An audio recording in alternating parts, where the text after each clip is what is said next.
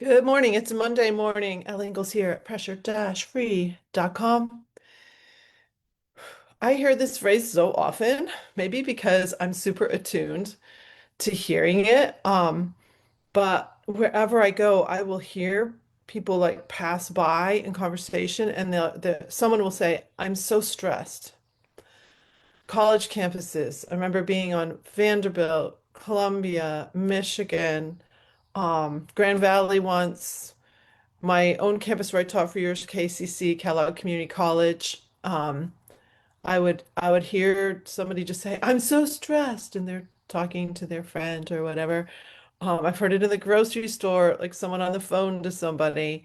Um, I was in the lobby of a corporation waiting to give a training, and people passed by, and somebody said, "I'm just so stressed." Like it's just like this thing, and I kind of thought I tried anyway to think back to 20 years ago, 30 years ago.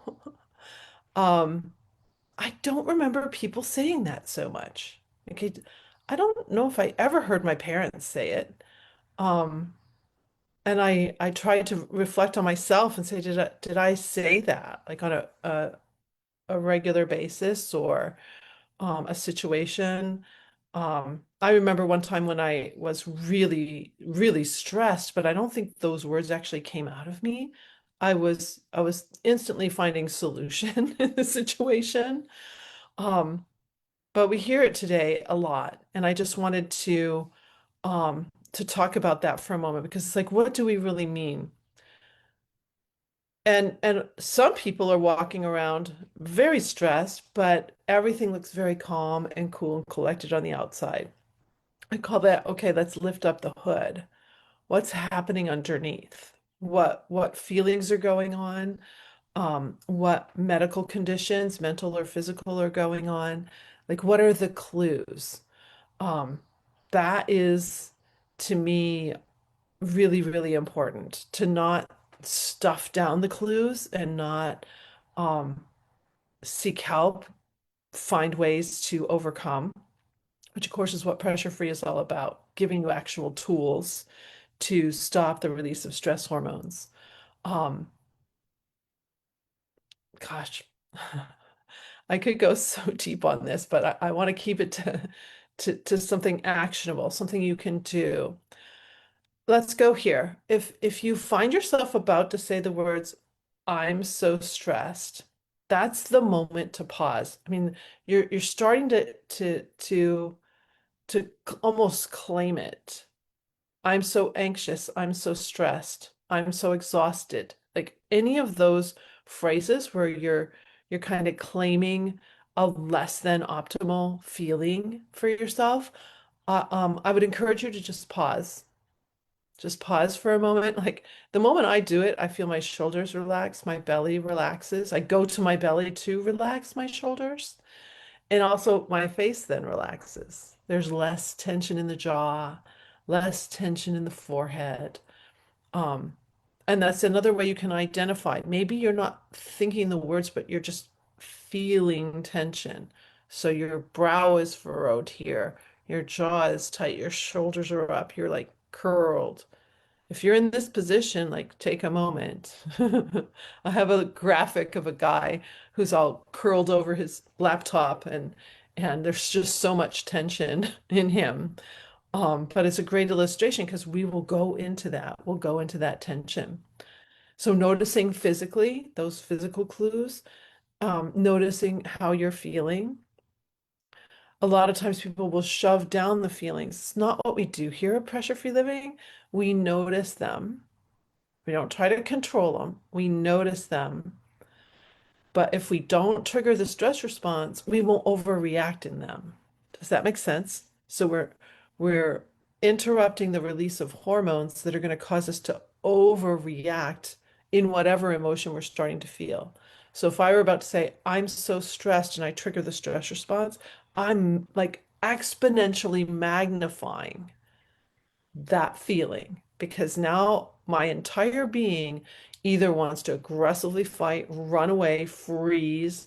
I make it really fidgety. Where's my pen? Like I'll be clicking a pen cap, jiggling my leg.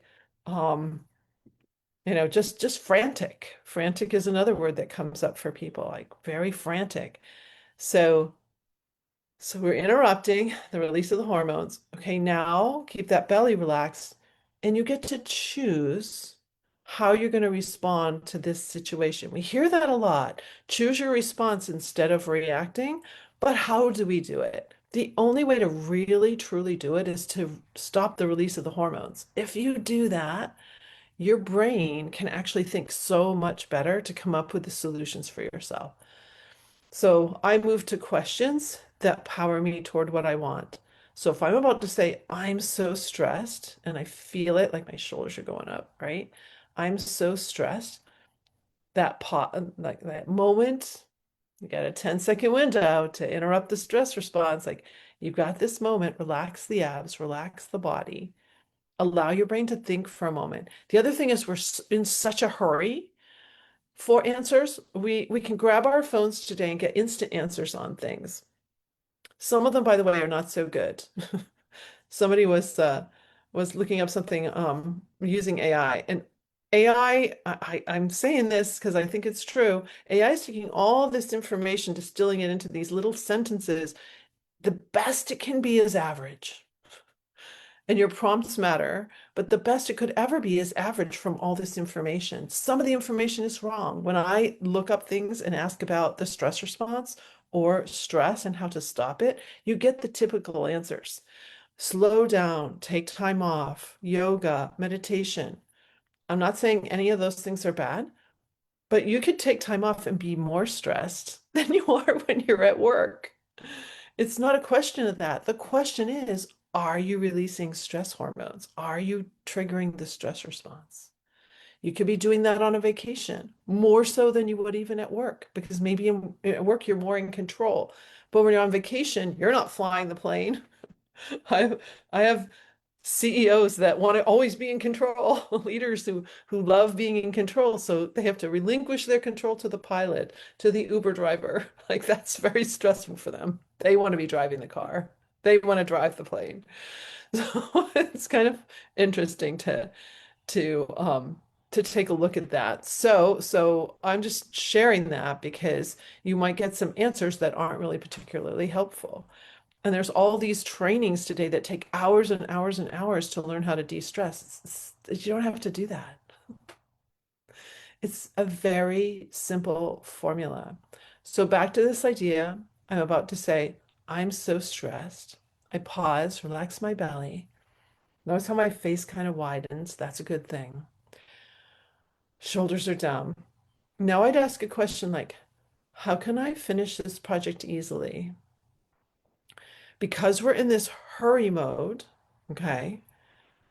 If you ask the question, let it really just settle and see what bubbles up organically. Don't be in a rush to get the answers. The best answers sometimes come like 30 minutes later. In my case, I've watched amazing answers come up like 30 minutes, an hour later, maybe even the next day, depending on what it is I'm asking. So ask yourself that empowering question and just let it sit. Not always easy to do if you're a go-getter type A, like boom, boom, boom, boom, let's make this happen. But when you start to do that, you're actually allowing this amazing brain of yours to sift through all of your knowledge and skills and everything you know, and you'll be so much more resourceful. You'll maybe make a phone call to someone who has the instant answer for you, or you'll just sit back and you're like, "Hmm, I'm going in the wrong direction on this. I need to do this instead." Like you'll get some clarity that is impossible to get if you're in fight or flight. Like your brain just isn't working in that way. But also your memory is so much shut down, so you can't access all the great stuff you know. I like to talk to my clients about their intangible assets. So your intangible assets are your education, your knowledge, your skills, your positive personality traits. Like what do people admire in you? What do you do well? Um, it is out of all of these talents and things that we know that we build our tangible assets, our money, our homes, our cars. Like it is out of all of this that we can't see. all the knowledge, everything you know how to do. Like, make a list. I encourage you to make a list. I made a list once and it's like, I know how to sew. I just sewed an amazing pillow cover for a twin pillow for my new grandsons. Like, it's the coolest thing, but it's very hard. And that you need more than one cover, right? I made two of them. Um, so I can sew. I learned how to do that. I can calligraphy. I've calligraphied my the addresses for my sons and their my daughter-in-law's weddings. I used to do certificates. I made this beautiful thing once. I was only in 10th grade, and my father's boss was retiring, and I made this like really beautiful hand calligraphied and painted thing for him that he hung in his house. He loved it.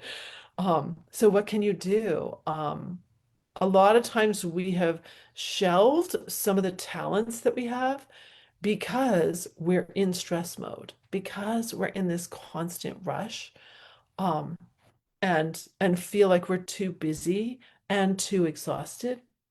So that's another phrase I'll hear is, I'm too tired. I had a client who um, totally embraced pressure free and was doing some amazing things in her life. Got done a full day of work and was like an hour away from her home. Got home. There was a concert going on in another town, and she called her friend. And the friend's like, "Oh, I'm just too tired."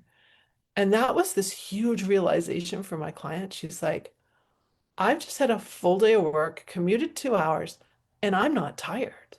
I want to spend another 3 hours driving and going to a concert, right?